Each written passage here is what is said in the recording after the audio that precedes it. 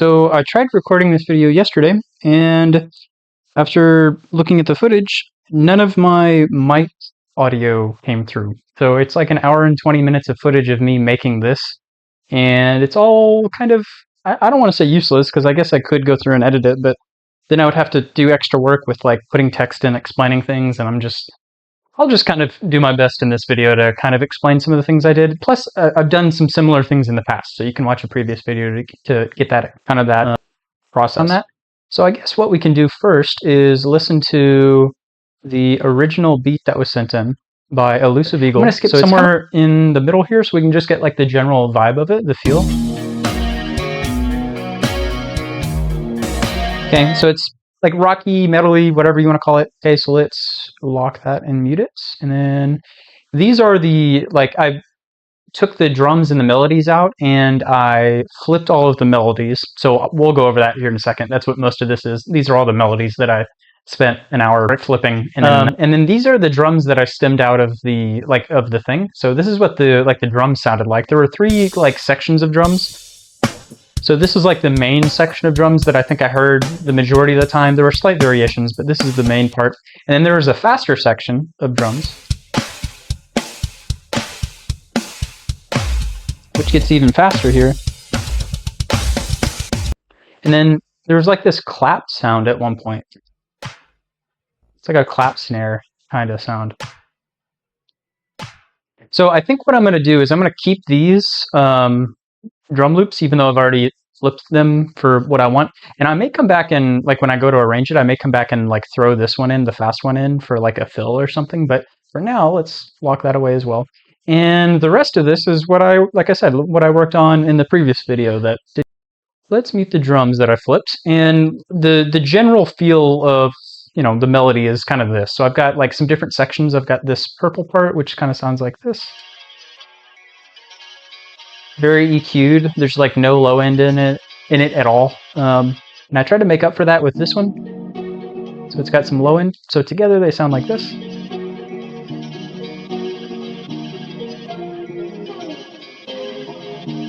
So it's kind of gritty sounding. It's not super clean. And I think part of the reason for that is the processing that I did to everything. I had to like EQ stuff out, and so it made things sound a little bit less clean.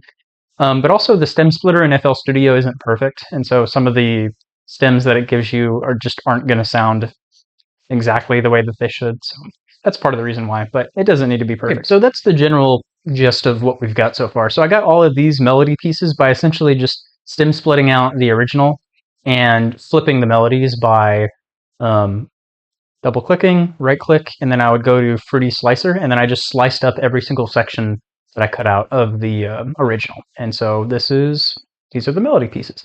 And we already listened to these drum bits. I went ahead and flipped the drums to sound more like trappy, because I think I want to make this like trap, like a trap genre kind of song as the flip.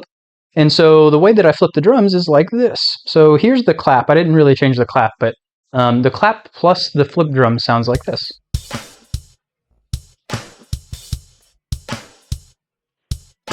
So I just took the existing sounds. I basically just took this up here and I opened it in Fruity Slicer, and I did the same thing I did for the melodies and came up with this pattern, and then I just layered the clap sound on top of it. So I haven't quite decided yet. I don't know if I want to have like different sections and have one section be trap and one be rock, or what I might do is like blend the two genres a little bit so that there's like sounds from both. I'm not sure yet. I guess we'll find out in this video. But here's what everything sounds like kind of together. And I think what I want to do is take these drums and EQ out the low end. And then I'm going to add my own kick, which is why I'm doing this. Okay, and let's put the clap up as well. Okay, so we have all of our melody pieces here. Let's go ahead and put them on the same mixer channel.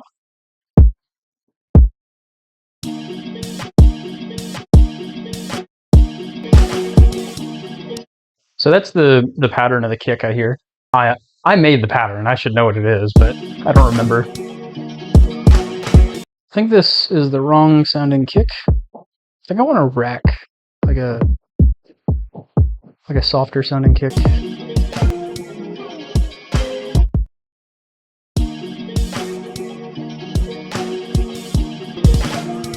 Okay, and then I think I'm gonna layer a snare with this.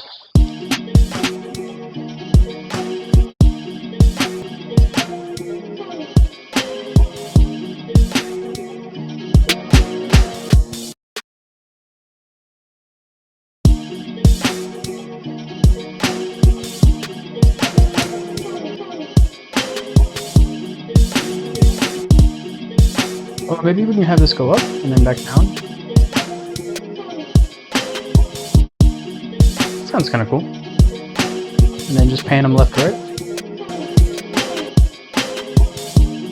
That's something I like to do a lot of times is I'll take a sound, and if I have it playing more than once, I will sometimes change the pitch of it, because that changes the texture of the sound sometimes, and it just gives you more variation, even though I'm not actually changing anything really, except for, you know, the pitch of it. It sounds like a different instrument sometimes, and so it gives you extra variation kind of for free.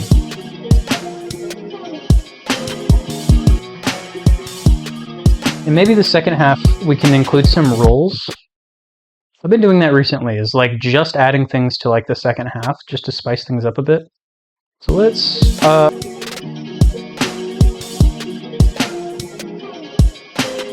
okay, I like the idea, but I don't want the same sound. I'm gonna pick a different sound for this.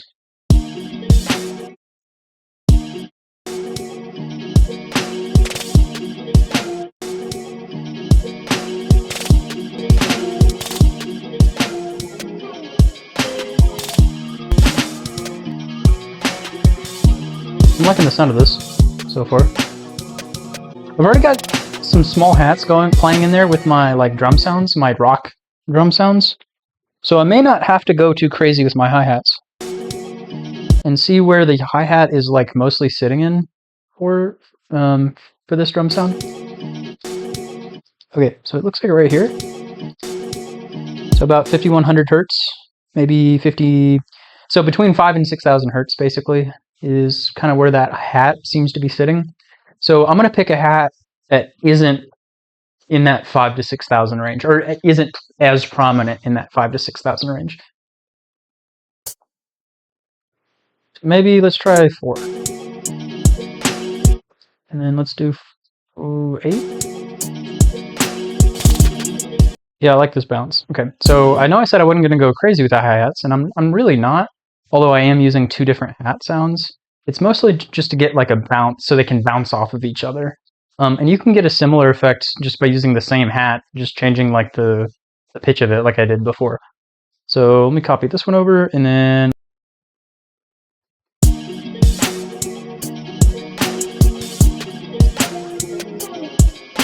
oh yeah, and I said I didn't want my hats to be in that 5,000 to 6,000 range. So let me check. So maybe what we can do to kind of like help with that a little bit is, so in the 5,000 to 6,000 range, I'm just going to kind of duck it down a little bit, right? Okay, so I'm EQing out the lower end so that the hat that's like already sitting in the rock drums isn't being overshadowed completely. I don't think this is the right 808 for this. Let me try, it's like, yeah, it's just not right.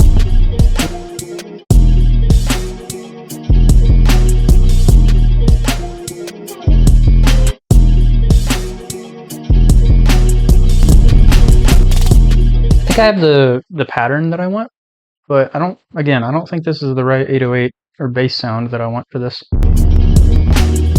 Yeah, maybe, okay, maybe I'm doing this all wrong. Maybe I don't want an 808 like this. Maybe I want like a respace or something. So let me see if I can find, there we go. It's less in your face than an 808.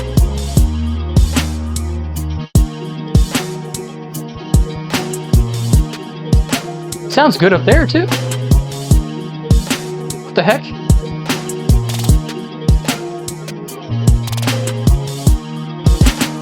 Why does it sound good? So this is some secret sauce that I've found.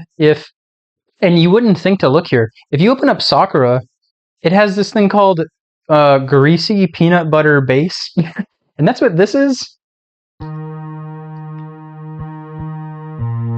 And that's it pitched up an octave, but down here it sounds cool too.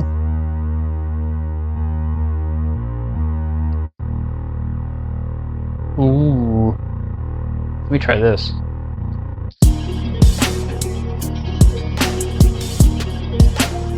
And then maybe we can just take these lower notes and then pitch them up so they're not too low.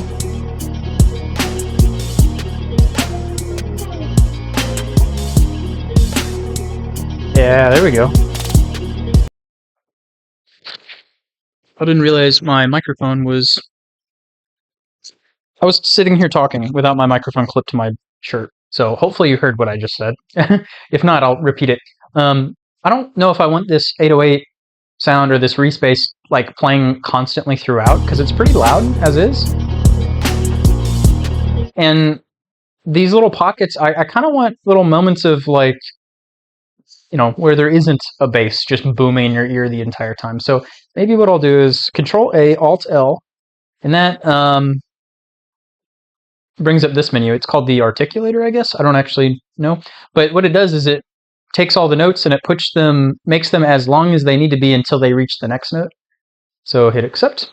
And then I don't want these super long ones to be playing constantly, so let's maybe shorten them up a little bit. Yeah, so maybe I like the sound of it stopping like as this, like that snare hits, so let's shorten it a little bit more.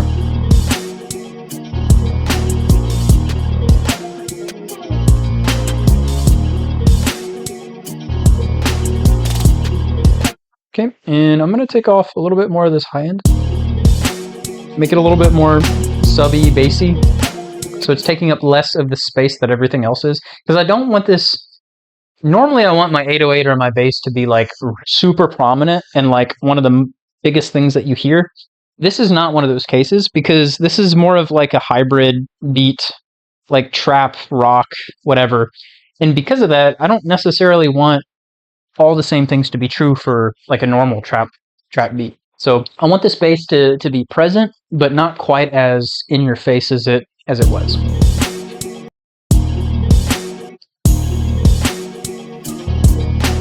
So one thing that I've kind of stopped using quite as much is this spreader.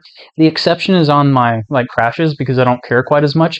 But the reason I kind of stopped using it, especially on my drum sounds, is I noticed it made it sound kind of phasey and kind of off, which I don't want at all with my drum sounds. Like I want my drum sounds to be very much like clear and impacty. And when you start messing with the phase of them, that can affect that. However, on my crashes, I don't really care as much, because it's a crash. I don't care that the impact part of the sound is there. I just want that like after part, that like, you know, that like white noisy sound that comes after it. So I'm okay with using spreader on this, but I've kind of stopped using it on my drums. So, okay, I'm going to start processing all my sounds now. And I kind of want it to hit a little bit harder. So I'm going to put my kick preset on it. And I know I'm layering it with this clap. So what I might do is put some reverb on the clap. So I'm going to put way too much on it, and then I'm going to mix it back. So let's put way too much reverb on this. Okay, and then back it off.